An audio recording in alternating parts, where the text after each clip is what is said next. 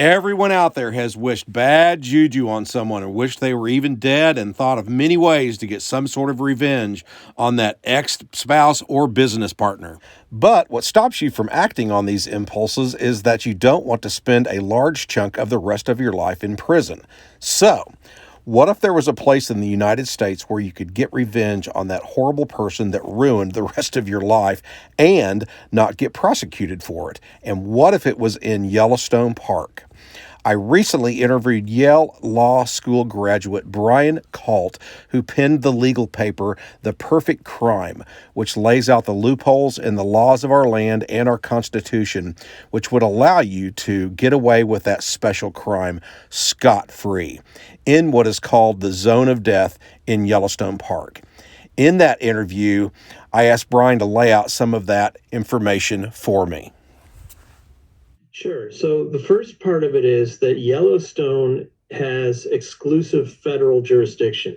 There's a lot of federal land out there, and most of the time the state can prosecute crimes there and the feds. But Yellowstone is one of a handful where the state has no jurisdiction at all. So if you commit a crime in Yellowstone, the feds can prosecute you and only the feds. Okay, so that's part one. So if you committed a crime in the Idaho portion of Yellowstone, you would be committing a crime in the state of Idaho, but the district of Wyoming. And when they say the jury has to be from the state and district, it's not state or district, it's state and district. They have to all be from Idaho and they have to all be from the district of Wyoming. So they would have to be from that portion of the park that's in Idaho, about 50 square miles. But nobody lives there.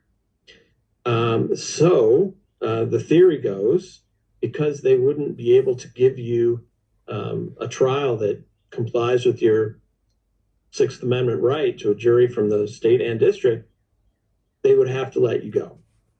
And you heard that correctly.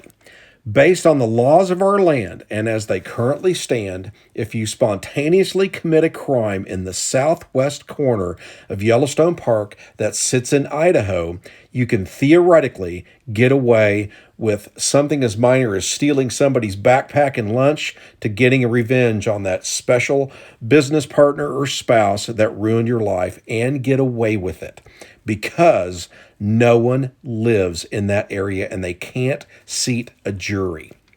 However, there are a number of skeptics out there who say that this is just all an urban legend or falls into the category of being into a religious cult. So I asked Brian to comment about that as well. There's two kinds of responses that I get that are skeptical. One of them is people will say, well, the state would just prosecute. Well, but they wouldn't. Or they would just do a change of venue. Well, you can't do a change of venue unless the defendant requests it in the federal system. Or they come up with all these things that the Georgetown Law Journal wouldn't have published this if it was that simple, right? And the other skeptical group just say, well, they wouldn't just let you go.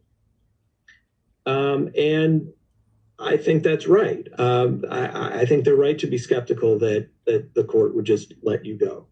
But that's not a legal argument. You need something to get around the fact that the Sixth Amendment says you can't do a trial like that. And the Constitution is clear. Usually it's vague, right? But here it's very clear and it's very easy to comply with. And all they have to do is draw the lines right. And Congress colored outside lines here. They could fix that. So, this entire problem got started all the way back in 1872 when Yellowstone was designated as the world's first national park because the states of Idaho, Montana, and Wyoming didn't even exist in 1872. And for some reason, when they did draw the state lines, instead of putting the entire park in Wyoming, it instead fell into 3 states, and even to this day, not one person lives in the Idaho area from which a jury could be seated. So, before some crazy person commits a crime in this area, and Brian Laundrie, who killed that poor Gabby Petito, comes to mind, And Chad and Lori Daybell, whose last family trip with the kids was to Yellowstone Park before they were killed. What if these idiots had known about the loophole described in your paper that created this zone of death? What needs to happen to close the loophole? All Congress has to do is redraw the district lines. They don't have to change the Constitution here. They just have to say the District of Wyoming is Wyoming, just like uh, most of the most of the states in the country. It's just South Carolina. The District of South Carolina is South Carolina. So just say that. Say the District of Idaho is Idaho. Say the District of Montana is Montana. They could do that in 5 seconds if they wanted, but they don't.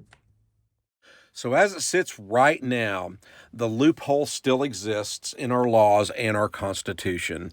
And I think it's just a matter of time before the next Brian Laundrie or Lori Daybell Vallow figures it out, comes to Yellowstone Park, hikes the Robinson Creek Trail that Yellowstone Park has laid out right through the middle of the zone of death, and commits some horrendous crime.